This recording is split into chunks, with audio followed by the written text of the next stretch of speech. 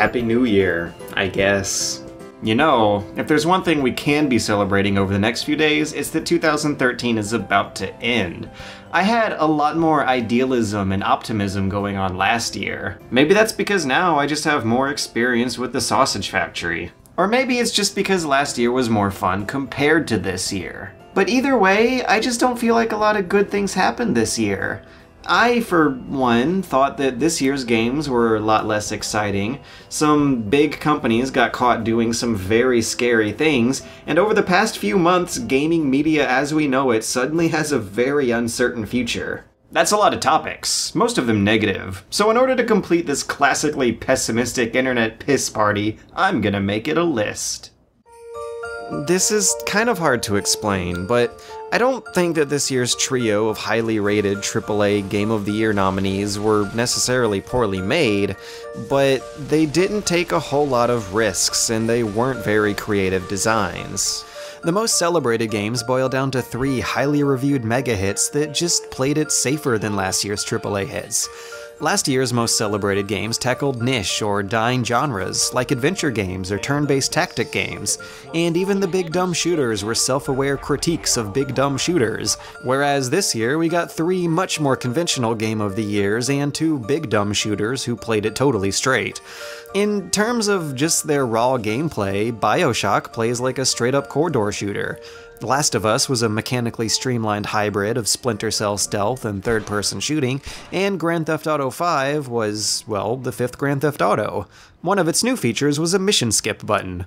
And between all of the acclaim that those 3 games got, there was one that I seriously just could not understand the praise over. But that's another video.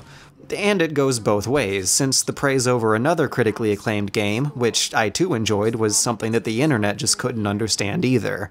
In 2012, we saw a trend of violent video game self-awareness that hasn't gone away, and after a whole second year of it, that self-awareness has trickled into other genres and it's starting to feel misplaced. What the success of the Stanley Parable and Gone Home suggest is that you might be able to do a better job of video game satire by satirizing the core contradictions of games themselves, rather than more specialized topics like game violence or game communities. Because at this point, it's getting hard to tell what games are actually parodying themselves, and what games have just become parodies of themselves. At least that's what I was thinking while playing through Call of Duty Ghosts. Oh, and speaking of which, people have finally stopped buying Call of Duty as much as they usually do. That's news. Really though, focusing on that triple thread of expensive Game of the Year nominees is actually a really silly thing to do. 2013 might have been best spent with Nintendo consoles. The 3DS is still selling strong and now has a good library to back it up, thanks to strong installments of Fire Emblem and Zelda, and the Wii U actually has games now. Good games, great games in fact. The Year of Luigi has finally ushered in a strong Wii U lineup, but that hasn't saved the system from failing to make good sales. Speaking of commercial failures, if there was one game this year that has come dangerously close to making me never want to buy another game at launch again, then that game is X Rebirth. That thing is at least a year away from being complete, and is years away from being enjoyable, so shame on it for damaging the reputation of this entire space sim renaissance we're seeing. I can only weep for all the burgers that could have been flipped during the development time of that awful, terrible game. But, you know, if there's a worst game of the year, then there must also be a best game of the year. And that game is... Papers, Please. And what a surprise that is. I don't mean to suggest that it doesn't deserve this recognition, it totally does. There's just some comedic irony in the fact that a 2D pixel art game about doing paperwork showed the entire rest of the industry how it's done. For years, people have been putting the storytelling potential of gameplay on some kind of pedestal like it's the holy grail of game design. And this year, Papers, Please came out and made it look easy. For starters, it doesn't tell its story through uninteractive cinematics or environmental exploration, but by mapping it directly to the inputs of the player's gameplay. The whole game itself is essentially an engine for interesting decision-making, which is all games really. But Papers, Please rejects traditional game storytelling, and instead presents interesting narrative choices as a common gameplay element. context and characters are actually abstract game tokens. Story decisions you make are rewarded by gameplay currency. The beginning, middle, and end of Papers, Please's plot is the process of discovering why you, as a player, made which decisions you did. You, and not the game, then walk away from it and think about what the implications of your choices meant, and how those implications relate to the real world. It leaves a lot to your imagination and still manages to make strong statements about the world. That was a game that fully took advantage of all the interesting and limitless possibilities of gameplay to tell a story as terrifying, human, and compassionate of all of its contemporaries. I'm thankful that at least the indie game scene is still as active as it is. Those games provide us with cheap, low-risk alternatives that give diversity and competition to the industry, and this year they continue to do exactly that. Brutally difficult side-scrollers were popular this year, so were shamelessly easy first-person walkers, but if you want some sort of middle ground between indie extremes and mass-marketable friendliness, then there's a market for that too.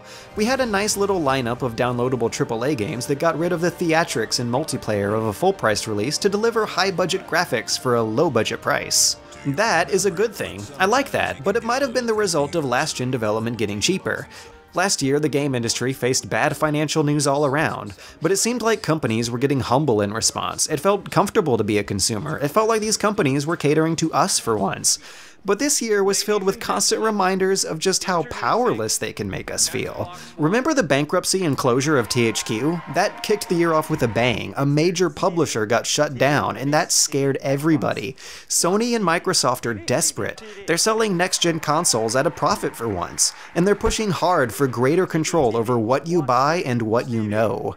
The Xbox One came terribly close to disallowing used retail sales and requiring always-online DRM. Speaking of which, SimCity did ship with always-online DRM, and it killed the game 2 weeks after launch. And it proved that companies are terrifyingly ready to adopt this stuff as standard practice. In fact, selling outright unfinished games is close to becoming standard practice as well. A lot of games this year released early in unfinished states that people still paid for, giving some ironic validity to that old joke about early adopters paying to be beta testers. That's not a joke anymore. That's actually how this works. The idea is to get fans involved in a game during its development and use their feedback before releasing it. But I have a sneaking suspicion that a lot of companies this year are using this model to just put some kind of product on the market during the holiday season. And admittedly, it is pretty early to tell, but I also have a sneaking suspicion that this stuff is just going to end up decreasing interest in games before they're released, while also redefining what it means to be released. And I know for a fact, not a sneaking suspicion, that a lot of early access players don't contribute to the game's development at all. And though it's working out for a lot of games, it's a new and untested business model that's prone to abuse. There's no guarantee that an early access game won't become abandonware later on, and here's an early access game that has DLC. So you pay for a game that's not finished, and then you pay for an add-on to it that is finished, so you can add on to your incomplete game with a finished product for a product that's not finished that you still paid for anyway. It's complicated.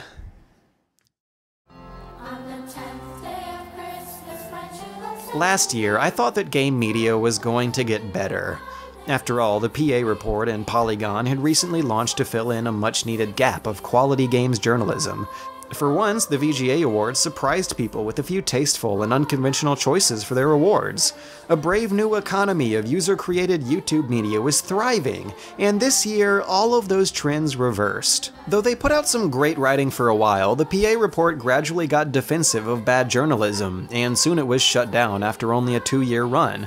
Polygon's own self-congratulatory documentary was revealed to be sponsored by Microsoft, while the content of the site itself has sloped downwards to a level of unreasonable hyperbole and a very visible streak of arrogance. But if you really want to complain about game media getting worse, then you don't need to look away from what's in front of your face right now. YouTube has yanked the Content ID protection of network channels right from under our noses. Without protection from YouTube's automated system, everyone from Jim Sterling to Campster to myself are all supposed to ask publishers for permission to use footage of their games in a video review, to show you how their games work. The earnings of critics who use YouTube are now put in jeopardy by how fast game companies can respond to the inevitable Content ID notices, and nobody's got time to deal with all of them. Plus, what's stopping publishers from prioritizing the disputes of more positive reviews over negative reviews? Under this system, nothing is. The VGA Awards, or rather the VGXs, somehow became even worse than usual. They intentionally downgraded the production values. They broadcasted it online only with no live audience. They hired a host who was openly hostile to the whole concept of the show. And by the looks of things, they didn't spend a whole lot of time rehearsing. Minutes ago. Yes. Would you like to do the honors anyway? Yes. I guess we should have told you we were going to do this. I didn't know. This is like a campaign video. This is a show that should be truly embarrassing for anyone who likes games. Why is this our foothold in mainstream entertainment? Why does it have to be 3 hours long, and why don't the GDC or BAFTA awards get more publicity? They're way more legit shows. Why am I even talking about this? Maybe the reason these shows are so bad is because gaming and TV are historically incompatible with one another. Spike is a cable TV network. It's an undeservingly bigger brand than anything else gaming has to work with, and since video games are directly competing with TV for people's recreational time, it's not likely to get a good spot on any other network. So judging by the events of 2013, it appears that game media is not being controlled by the media companies who should be controlling it.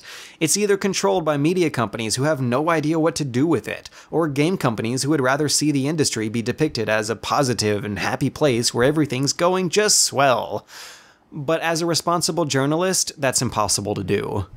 I like games themselves, and I've thoroughly enjoyed my experience getting involved with game media through Bunny Hop, but this year we saw news story after news story that painted a pretty discouraging picture of everybody. In my own experience, I've only played games and done business with generally nice people.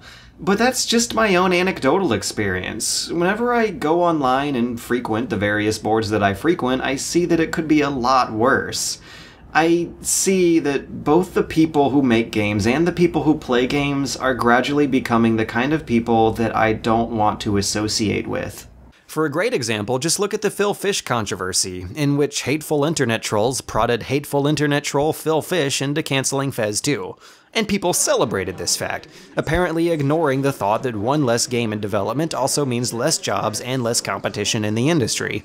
For a more obscure example, look at the Alistair Pinsoff controversy, in which a journalist was fired for revealing that a developer was lying to her fans about using crowdsourced funds to pay for sex reassignment surgery.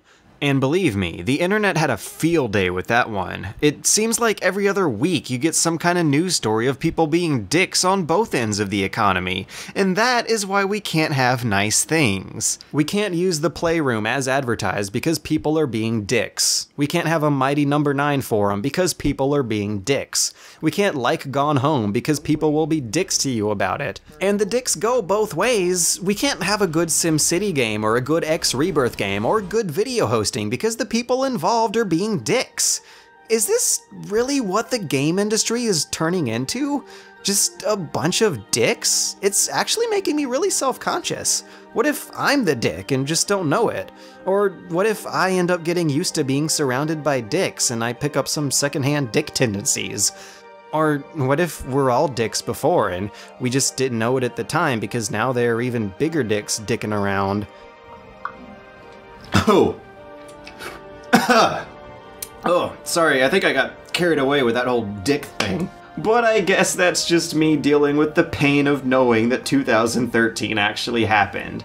But you know what? We made it through all that shit, and now we're here. We got new consoles to play with, we got a hell of a lot of growing pains to recover from, and this whole big YouTube thing might look very different by the end of next year, but I'm sure we're gonna find a way to adapt. I don't know, all we can do is just hope for the best. But what's good about this year being as bad as it was is that next year is likely to get better. By then we'll see some of the big crowdsourced projects from 2012 finally come out. We got new Metal Gear Solids and Dark Souls and Personas and new IPs that aren't sequels like Evil Within and Transistor. In fact, now that I think about it, I think I spent more time this year looking forward to games coming out next year. So here's to hoping that the 2014 video won't be so bleak. Until then, I'll see you guys next year.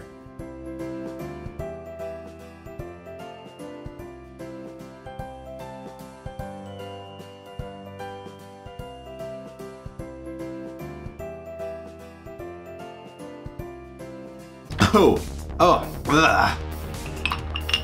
Sorry, I think I got carried away by those dicks for a second there.